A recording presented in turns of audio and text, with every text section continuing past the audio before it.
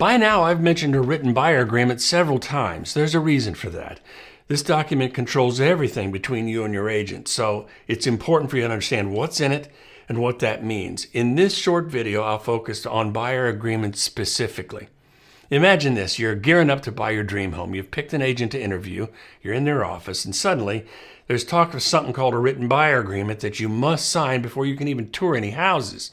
That would sound a lot like contract to me.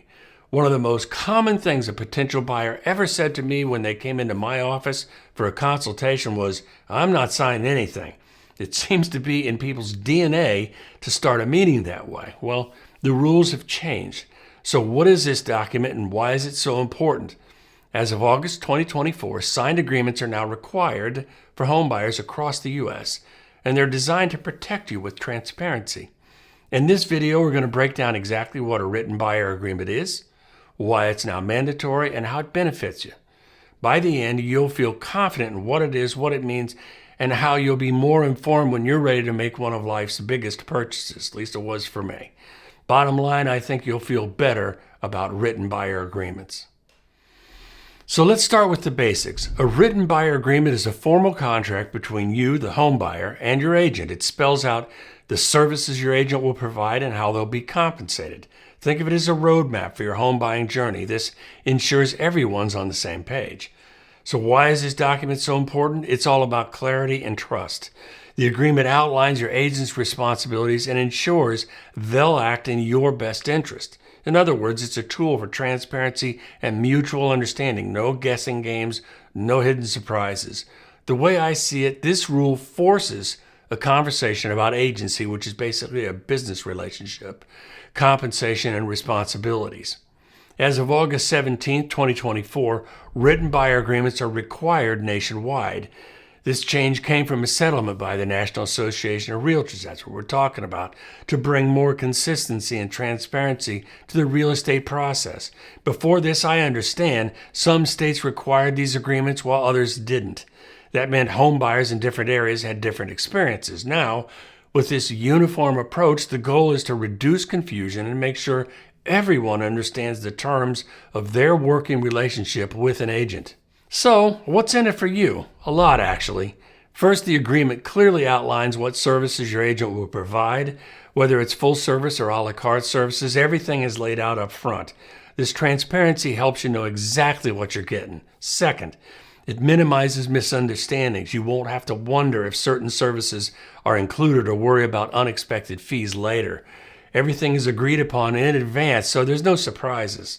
And let's not forget peace of mind. Knowing your agent is committed to your best interest lets you focus on what really matters, finding that perfect home. Is this agreement flexible? Yes, it is. A written buyer agreement isn't a take it or leave it deal. You can negotiate just about everything in it. Need help only with certain parts of the process, like finding homes or handling paperwork? You can tailor the agreement to include just the services you want. Compensation is also negotiable. Whether it's a flat fee, percentage of the sale price, or an hourly rate, the terms are up to you and your agent to decide. Just make sure all the details are clearly spelled out to avoid confusion later. Well, I don't have an opinion on what services or level of services is best for you. The important part of this knowledge is that you now know you have options.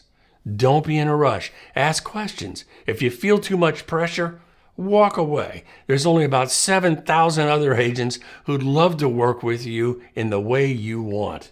So do you have to pay your agent directly? This is one of the biggest concerns for buyers. Signing a written buyer agreement doesn't automatically mean you're paying for your agent out of pocket. While you are responsible for compensating your agent as per the agreement, there's room to negotiate. Often the seller will cover some or even all of the agent's fees. This arrangement is pretty common and can save you a ton of money. The key is communication. Discuss payment terms with your agent up front and make sure you understand everything that is documented and in this agreement. In Module 2, Lesson 1, I covered the basics of buyer agent commission and how to understand a commission shortfall. I encourage you to revisit that if it's still unclear. So about timing. Timing matters with these agreements. You typically need to sign one before touring homes with your agent, whether in person or virtually. This ensures that both you and your agent are committed to working together before significant time and resources are spent. But don't worry, you don't need to sign anything if you're just attending an open house or asking general questions about agent services. The agreement is typically for when you've decided to work with an agent on your home search, touring, and the purchase process.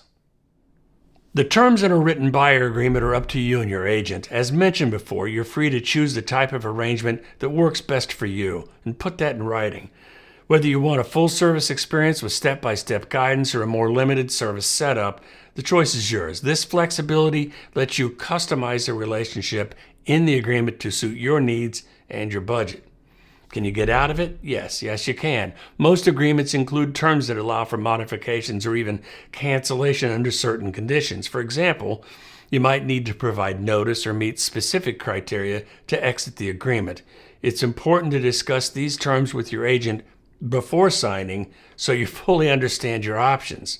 If concerns come up later, open communication with your agent can usually resolve these. For example, you can add a stipulation. Those are conditions you want included in the contract, like a right to terminate clause. I can't be specific on the wording, but you can contact a title attorney to learn more. Just know that you can include that or anything else you might need. A written buyer agreement might sound intimidating, but it's really a tool designed to make your home buying experience smoother and more transparent. It sets clear expectations, ensures everyone's on the same page, and gives you control over the services and costs involved. With everything spelled out, you can focus on what matters most, finding a place to call your own.